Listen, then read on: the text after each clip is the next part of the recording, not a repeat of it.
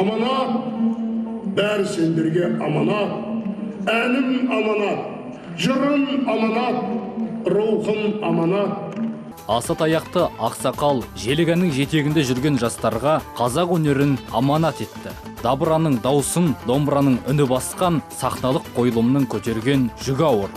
Әрине, қара домбырамызды халыққа насихаттап, осы өнерімізді өлтірмеу үшін бабаларымыздың қалдырған аманатын өтеу бізге парыз.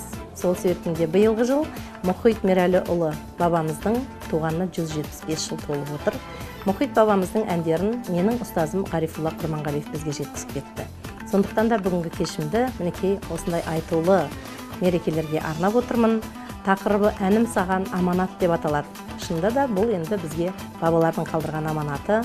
Нұрым Жыраудың мен қашанғы жүйрігің термесімен концерттің шымылдығы түріліп, Сәуле Жампейісованың дауысы қалқып, тыңдаушының бойын балқытқан кеш болды. Сахна безенді болса, нақышы сан қилы ою өрнектермен әрленген. Елге сыйлы бір қатар азаматтар кеш басынан табылып, өз тілектерін жолдады. Бүгін қазақтың ардақты аяулы Айнагөз қызы ән өнерінің шырқау биігі Сәуле Жампейісованың шығармашылық кешіне куә болайын деп тұрмыз.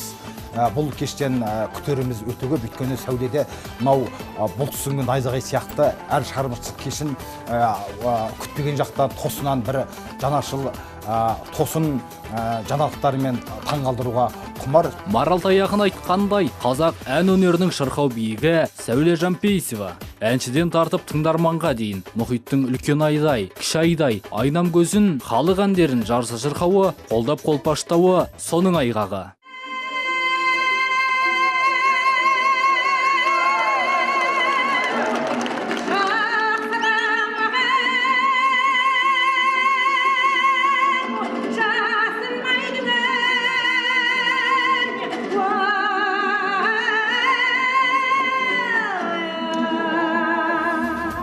Сәуле Жампейісова әкесі Стақаншыл ақсақал мен Қара қасқыр деп атаған әжесі Зейнеп тесік алды. Монолог оқып ән арнады.